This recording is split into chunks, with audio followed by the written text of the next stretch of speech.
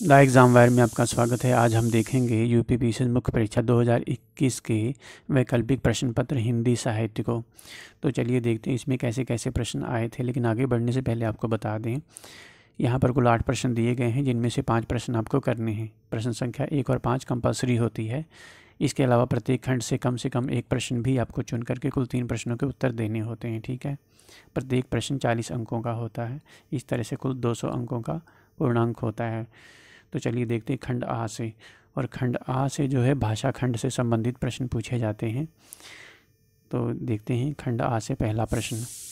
ठीक है, प्रत्येक निम्नलिखित प्रश्नों पर लगभग 150 शब्दों में टिप्पणियाँ लिखनी है आपको। ठीक है, पहला है हिंदी साहित्य के संदर्भ में पाली भाषा का महत्वपूर्ण स्थान है। ठीक है, समीक्षा करनी है। इसी का खा है जब प्राकृत बोलचाल की भाषा नहीं रह गई तभी से अपभ्रंश साहित्य का आविर्भाव समझना चाहिए। इस कथन की युक्ति व्याख्या करनी है। और गा है राजभाषा और राष्ट्रभाषा में अंतर स्पष्ट करना है। ठीक है, स्ट्रेट फॉरवर्ड क्वेश्चन है और कई बार पूछा जाता है। प्रश्न संख्या 2 का का है मध्यकालीन काव्य भाषा के रूप में अवधि का महत्व प्रतिपादित कीजिए। स्ट्रेट फॉरवर्ड क्वेश्चन है, इंपॉर्टेंस आपको लिख देना अवधि का, और मध्यकालीन काव्य भाषा के रूप में ही लिखना है। ठीक है, इसके बाद इसी का खा है वैज्ञानिक एवं तकनीकी क्षेत्र में हिंदी भाषा के योगदान पर प्रकाश डालना है। ठीक है, गा है मानक हिंदी की प्रमुख विशेषताओं को बताना है। स्ट्रेट फॉरवर्ड और इजी क्वेश्चन है। इसके बाद क्वेश्चन नंबर 3 है साहित्यिक भाषा के रूप में खड़ी बोली के महत्व पर प्रकाश डालिए। इजी क्वेश्चन है। ठीक है, खा है इसका भोजपुरी की ध्वनिगत विशेषताओं को रेखांकित कीजिए। ठीक है, और गा है देवनागरी लिपि की प्रमुख विशेषताएं बतलाइए। तो इजी क्वेश्चन है तीनों। इसके बाद क्वेश्चन नंबर 4 देखते हैं देवनागरी लिपि के उद्भव एवं विकास का संक्षिप्त परिचय देना है आपको।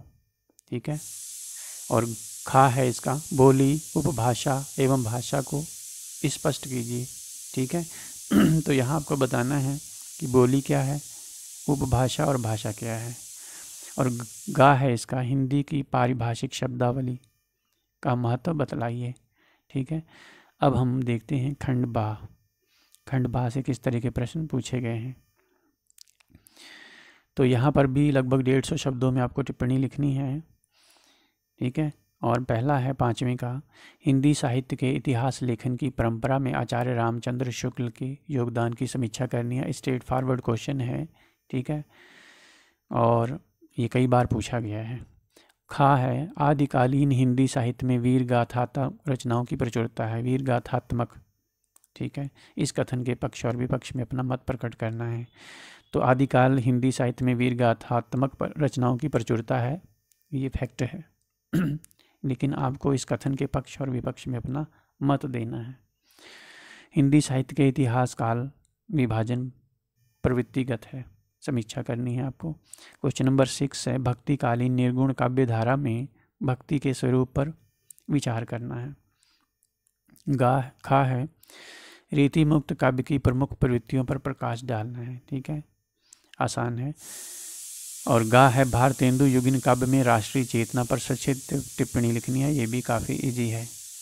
ठीक है, इसके बाद क्वेश्चन नंबर 7 देखते हैं छायावादी कवियों की प्रमुख विशेषताओं को रेखांकित करना है।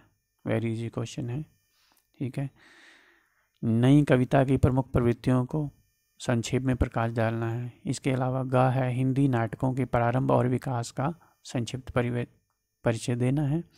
और अंतिम प्रश्न है हिंदी निबंध साहित्य की संक्षिप्त रूपरेखा प्रस्तुत करनी है। खा है इसका हिंदी आलोचना के विकास में रामविलास शर्मा के योगदान की समीक्षा। और गा है डॉक्टर नगेंद्र की आलोचनात्मक दृष्टि पर विचार करना है।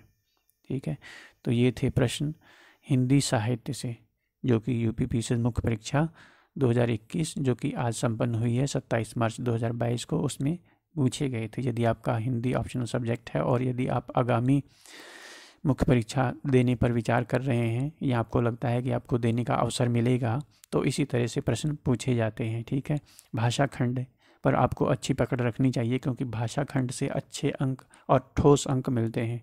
ठीक है, तो वीडियो को देखने के लिए आपका बहुत बहुत धन्यवाद। चैनल को सब्सक्राइब ना किया हो तो सब्सक्राइब अवश्य कर लीजिएगा। आपका दिन शुभ हो। Subscribe now and press the bell icon. Never miss an update.